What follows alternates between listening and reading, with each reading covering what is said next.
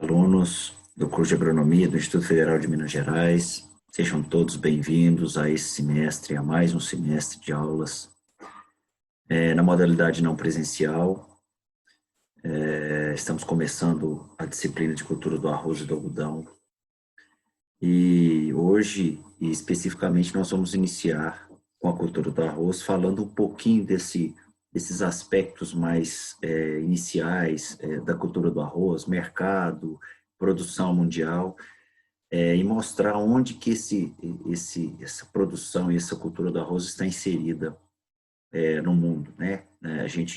Eu costumo dizer que o arroz é o cereal do povo, né? São regiões onde há grandes populações que precisam e necessitam desse arroz, né, desse cereal, para a sua alimentação básica, né? A gente vai observar isso nos mapas. Vamos lá, vamos seguindo. Bom, o Ronald Cantrell, que foi o diretor do IRRI, ele deu uma declaração em 2002 que é bem o que a gente imagina que nós podemos pensar sobre a cultura do arroz, né, no mundo. Então, nenhuma outra atividade econômica alimenta tantas pessoas, sustenta tantas famílias, é tão crucial para o desenvolvimento de tantas nações e apresenta mais impacto sobre o nosso meio ambiente. A produção de arroz alimenta quase a metade do planeta todos os dias, fornece a maior parte da renda principal para milhões de habitações rurais pobres, pode derrubar governos e cobre 11% da terra arável. Isso em 2002, né? Isso, se a gente for colocar isso para dados atuais, esse percentual é um pouco maior, né? Mas é só para a gente ter essa importância, para mostrar essa importância dessa cultura do arroz para muita gente, né? Milhões de pessoas se alimentam do arroz, milhões de pessoas precisam e necessitam dessa cultura para a sua sobrevivência. Então, a gente fazer um levantamento histórico dessa cultura do arroz, a gente tem registros na literatura chinesa de 5.000 anos antes de Cristo. Lá na Síria, no Vale do Eufrates, tem registros de 4.000 anos antes de Cristo, produção de arroz.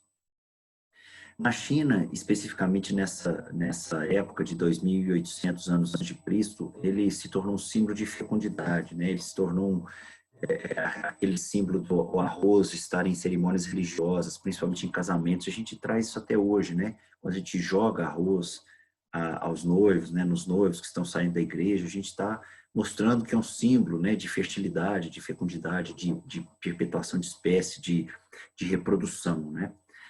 Registros na Índia, os primeiros registros de cultivares ou grupos de arroz foram vistos ou foram lidos, né, na Índia, em 1.000 anos antes de Cristo. Os chineses introduziram o arroz no Japão no ano 100 antes de Cristo. E na Europa, ele só chegou no século 7 e 8 depois de Cristo, né? É bem recente isso para nós. Nas Américas, o primeiro país que realmente recebeu esse arroz foi o Brasil. Em 1587 ele chegou na Bahia, passou para o Maranhão, Pernambuco, e em 1766, no Rio de Janeiro, a primeira descascadora de arroz, ou aquela máquina que beneficia o arroz.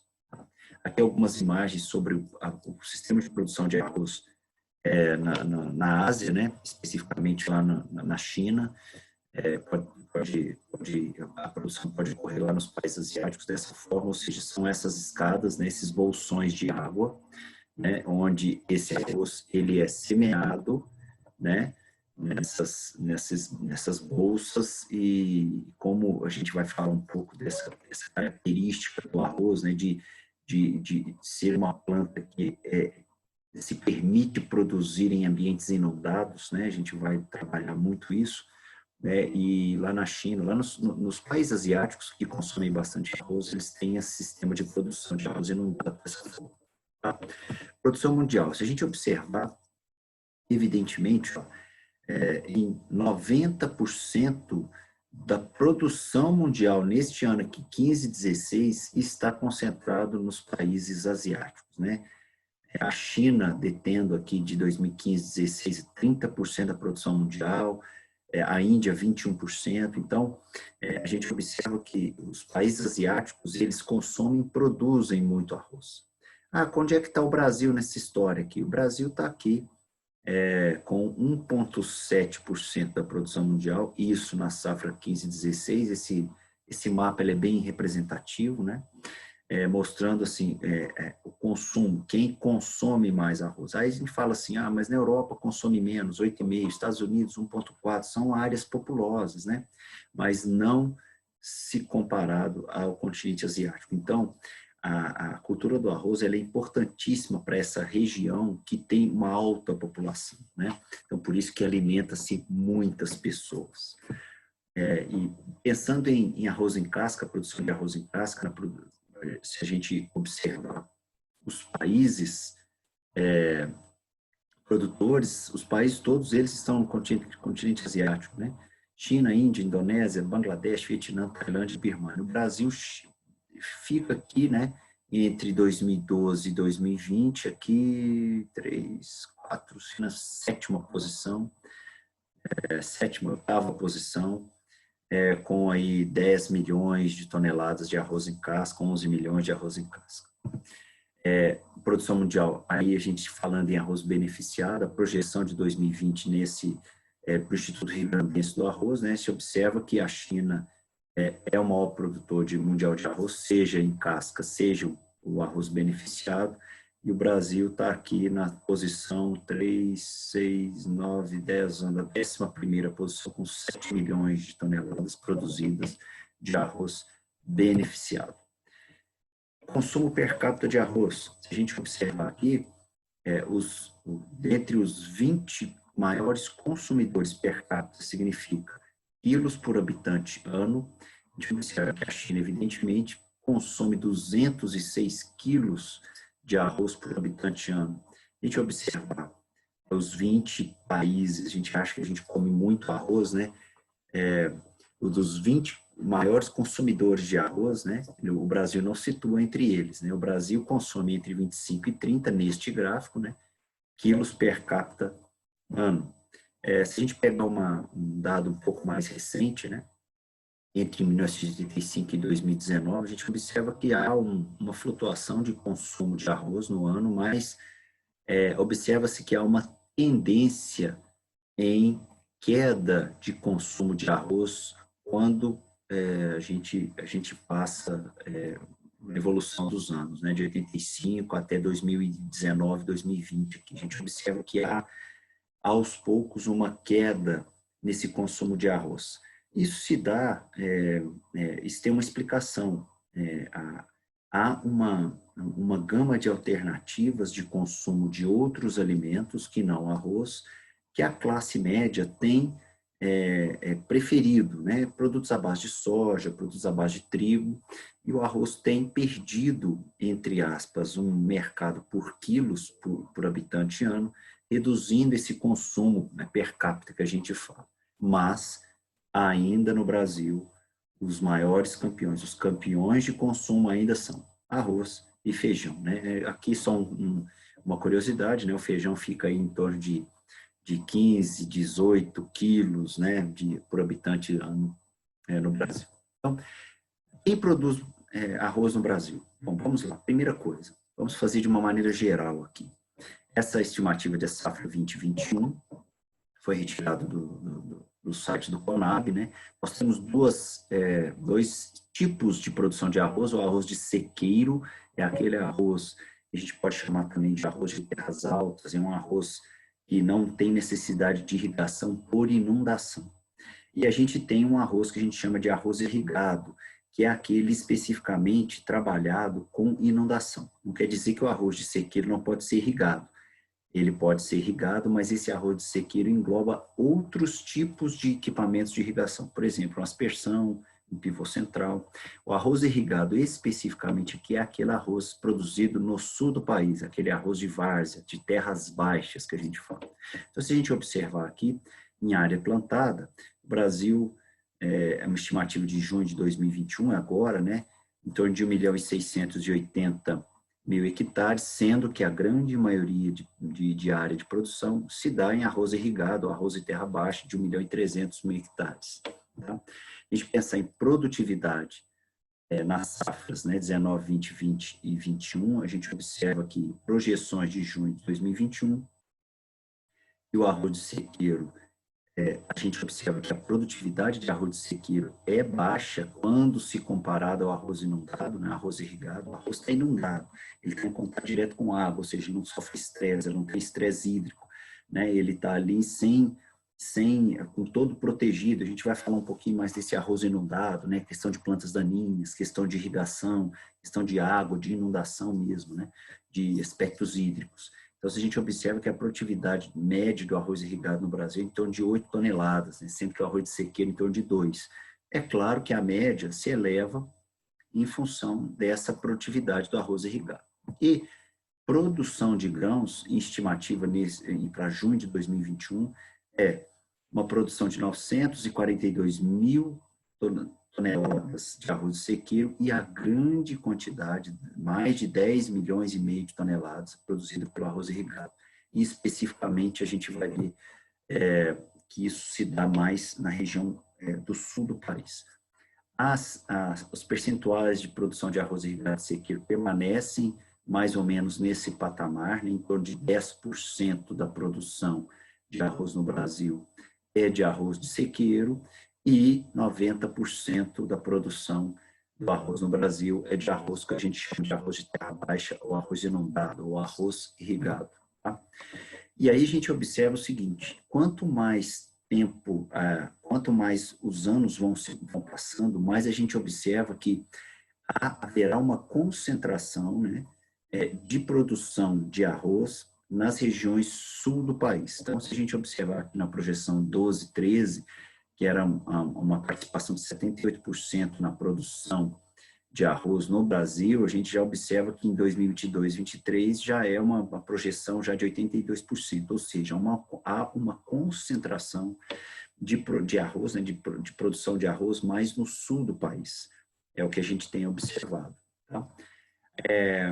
A gente observa também um gráfico aqui de elaboração de produção, né? A produção vem crescendo nos anos de 16 e 17, há uma projeção de aumento de produção, né? Há uma projeção com um consumo mais ou menos igual. A gente vai mostrar outro gráfico mais para frente, que a gente observa que o consumo ele vai se estabelecer, vai ficar mais estável, mas há um viés, uma tendência de redução de consumo de arroz per capita, por aquilo que a gente já falou, porque há alternativas de consumo da classe média especificamente para outros alimentos em substituição ao arroz.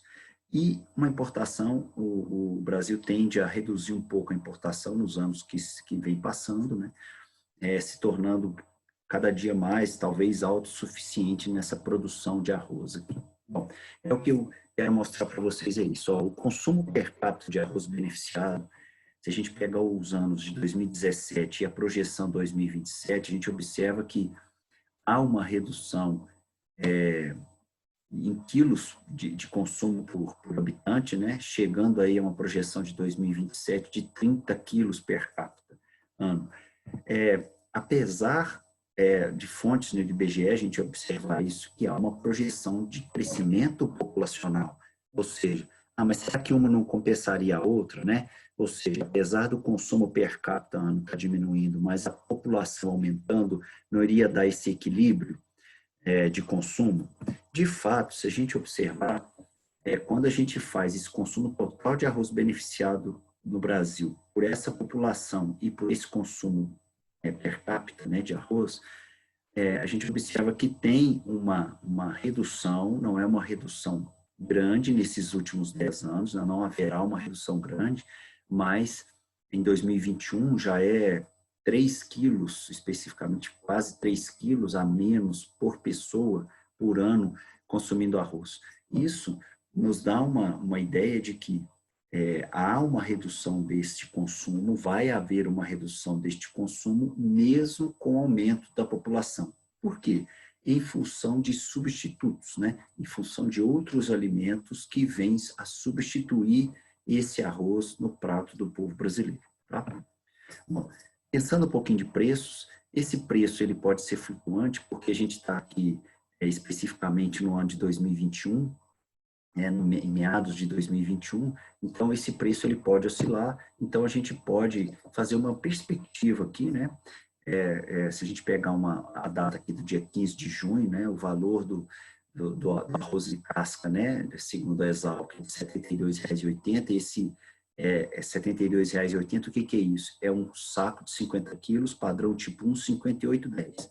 O que é esse padrão 58,10? É um arroz em casca, com 58% de grãos inteiros no beneficiamento, com cerca de 10% de grãos quebrados por 100 gramas. Então, é um padrão que a gente chama de 58,10, que está mais ou menos o preço de R$ 72,80, isso em dia 15 de junho. Se a gente observar o gráfico nos 2 últimos anos, a gente observa que em junho de 2019, julho de 2019, o preço estava abaixo dos R$ 45 o saco de 50 quilos. E que teve em junho, julho de 2020, no auge daquela pandemia, do processo da pandemia, do início da suspensão das atividades, lockdown, um aumento de preço considerável em função da inflação, e aí ocorreu esse boom desse preço, chegando aí a 105, né, 100, 105 reais o saco.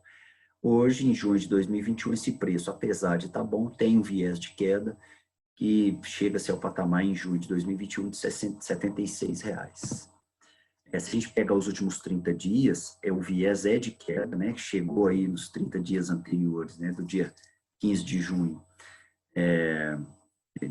acima de R$ 85 reais o saco, e vem caindo, chegando a R$ 72,80 nos dias mais atuais. Tá? Com relação ao custo de produção, para a gente finalizar essa primeira parte, se a gente pegar aí em Dourados, Mato Grosso do Sul, que é um arroz de sequeiro com produção de 6 toneladas por hectare, ou seja, 120 sacos, o custo de produção, que não é um custo baixo, né? De R$ 6.500. O preço, se a gente observar esse preço do dia 15 de junho, de R$ 72,80, a gente observa que para um ponto de nivelamento, a necessidade do produtor produzir 89,82 sacos de 50 quilos, arroz padrão 58,10 tipo 1.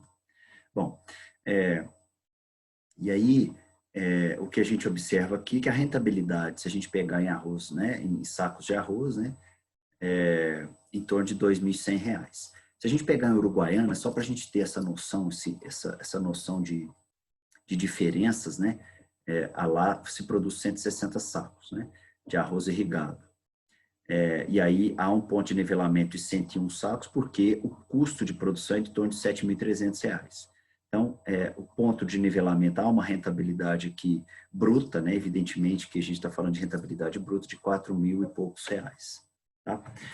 Só para a gente ter uma noção do que isso representa, tanto para o arroz de sequeiro quanto para o arroz irrigado em termos de rentabilidade, né? Quase que o dobro em termos de arroz irrigado. Tá? Bom, essa foi o primeiro contato com a cultura do arroz. Espero que vocês tenham entendido. Estou sempre à disposição para tirar dúvidas. Na próxima aula a gente vai falar um pouquinho desses aspectos botânicos da cultura do arroz, que ela é bem particular, né? É uma cultura que ela se permite ser inundada, que é uma coisa bem interessante. Então a gente vai conversar um pouquinho sobre essas questões, ok? Tudo de bom. Um abraço, tchau.